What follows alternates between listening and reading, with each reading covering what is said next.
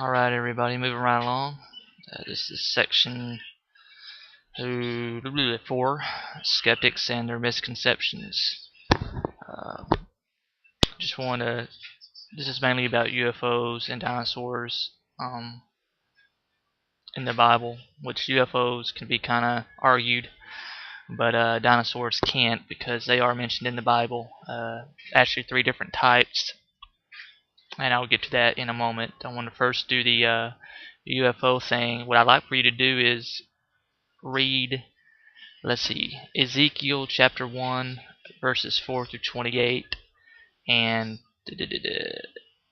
verses 4 through 9, and verses 15 through 28. I'll actually post that in the description box, so you don't have to look it up. You can just go to the description box and look it up there.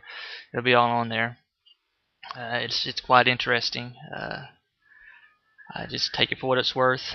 There is a good argument there about UFOs being in the Bible. Of course, they're not called UFOs, but just described. All right. Another thing I'd like to talk about is the question is, why aren't dinosaurs mentioned in the Bible? Well, if the Book of Genesis isn't detailed enough for you, here's a better layout of the answer you probably didn't expect.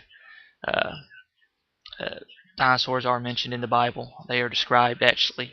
Some people take it out of context. They try to argue that, it's describing this animal or that animal. The only problem with that is it only describes like one aspect of that animal. You can't just say, oh, well, it's that animal when it just has one aspect. It has to have everything. And as you'll see here, actually, I'll just begin reading here. This is, again, taken from my website, Skeptics Answered.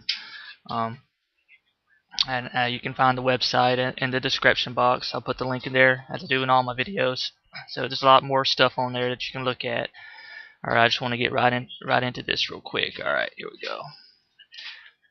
And please forgive me, I have a horrible time pronouncing these names. I've heard them pronounced like 5 different ways, each one of them. So if I get it wrong, I apologize. I'm just gonna go with the easiest way it is for me. Alright, the Bible refers, I'm going to begin reading now. The Bible refers to many common animals we know today. The list includes lions, wolves, bears, sheep, cattle, dogs, so on, reptiles, insects. What is interesting is that this extensive list includes 3 animals that we no longer recognize, that no longer exist. These 3 are, in the original Hebrew language, Tantalin, Behemoth, and Leviathan.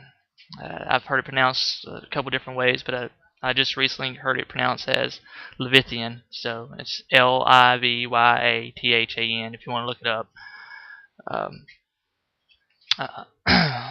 Although we alter the spelling of Behemoth and Leviathan slightly, we use those words in Bibles today. However, Tanian is always translated into another word when we write it in English. Tanian occurs 28 times in the Bible and is normally translated dragon. It is also translated serpent, sea monster, dinosaur, great creature, and reptile. Behemoth and Leviathan are relatively specific creatures. Perhaps each has a single kind, or wasn't a single kind of animal. Tanian is more of a general term, and it can be thought of as the original version of the word dinosaur. The word dinosaur was originally coined in 1841, more than 3,000 years after the Bible first referred to it, or gave the description of it. To make things clearer, we constructed the following table comparing the scientific names and the Bible names Tanian, Behemoth, and Leviathan. There's a chart on here, but I'm not going to go through it because I can't just, pull up the chart for you or anything. I'm not that skilled yet, so you'll have to go to the site and look at it. Alright, let's see here. Okay, I'm going to scroll on down to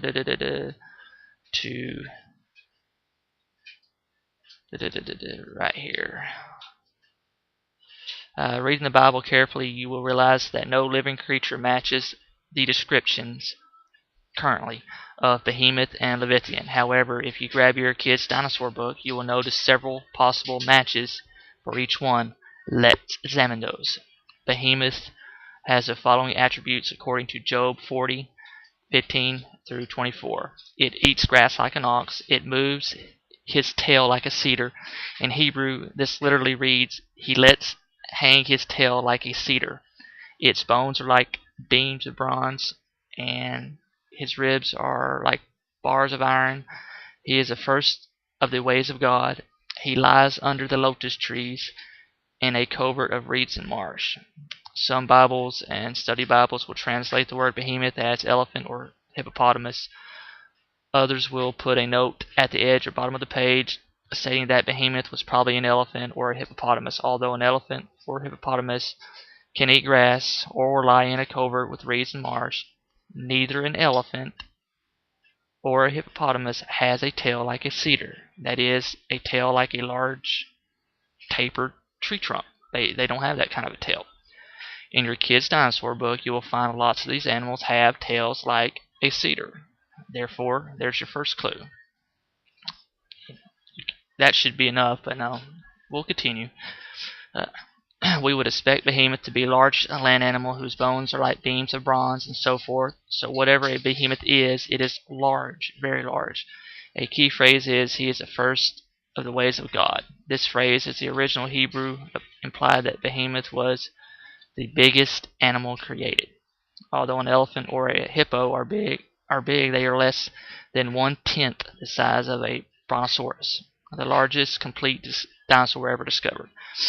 A brontosaurus could therefore easily be described as the first of the ways of God. Comparing all this information to the description in your kid's dinosaur book, you may come to the conclusion that behemoth is not a normal animal. It is a dinosaur, the brontosaurus. Hold on a second. There's a little side note here I'll put in there. Some paleontologists have found fragmentary leg bones, ribs, or vertebrae which they propose belong to new, larger than brontosaurus species. Examples of these include a whole bunch of names that I cannot even begin to pronounce, except for Ultrasaurus. That's just a little side note. I'm not even sure why I read that. Alright, Leviathan has the following attributes according to Job chapter 41, Psalms 104, 25 and 26, or verses 25 and 26, and Isaiah 27, verse 1. This is only partial listing, just enough to make the point. No one is so fierce that he would dare stir him up. Who can open the doors of his face with his terrible teeth all around? His rows of scales are his pride, shut up tightly with a seal. One is so near another that no air can come between them. They are joined one to another. They stick together and cannot be parted. His sneezings flash forth light, and his eyes are like the eyelids of the morning. Out of his mouth go burning lights. Sparks of fire shoot out. Smoke goes out from his nostrils as from the boiling pot and burning rushes. His breath kindles coals. Hold on a second, guys. Okay, I'm only at 8 minutes. Okay. He laughs at the threat of javelins. On earth there is nothing like him which is made without fear. Leviathan played in the great and wide sea. A paragraph from Psalm 104, verses 25 and 26. Get that exact sense by reading them yourself. Leviathan is a reptile that is in the sea.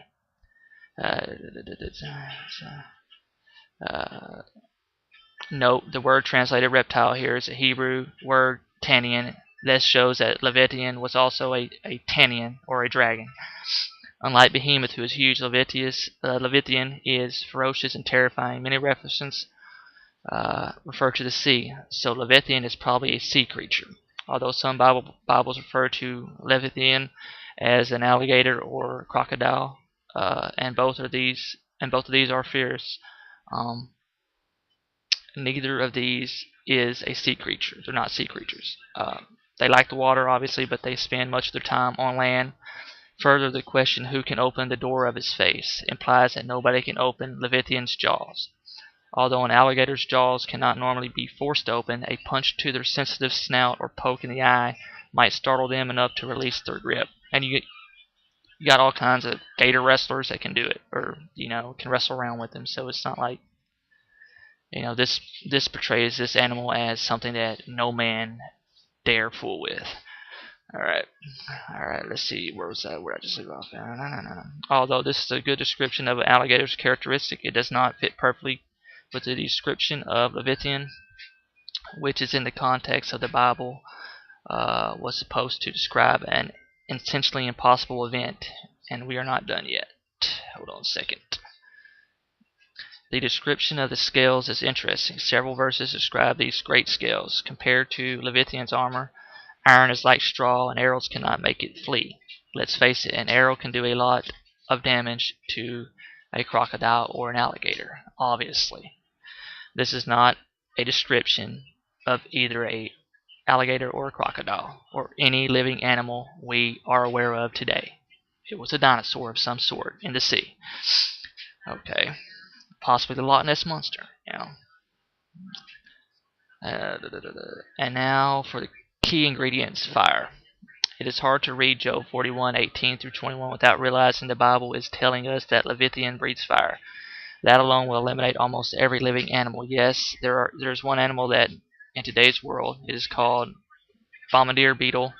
I'm not even going to get into that. Now, if a Central American beetle can do it, so could Leviathan. By the way, crocodiles and alligators are out of the picture on this one, obviously. So if it's not any of those, what could it have been? Let's see, going on down. The history of every culture is filled with stories of fire-breathing dragons. If you think about it, in all the past ages, wouldn't someone have made up a story of a fire-breathing lion or something? Nobody did, because the dragon stories are based on truth, and only dragons breathe fire. It is easy to imagine Leviathan as a member of the dragon family. Plus, Isaiah 27 verse 1 strongly implies this connection. This is the key right here. Many fossil dinosaur skulls contain unexplained empty passages. Scientists have not been able to guess the reason for these passages. Would it make sense that some dinosaurs used these passages as gas tanks for the combustible mixture used to breathe fire? It's possible. I believe it did. Okay, comparing all this information to the description in your kid's dinosaur book, or just look it up online, you may come up with the conclusion that Leviathan is a dinosaur, Kronosaurus, whatever.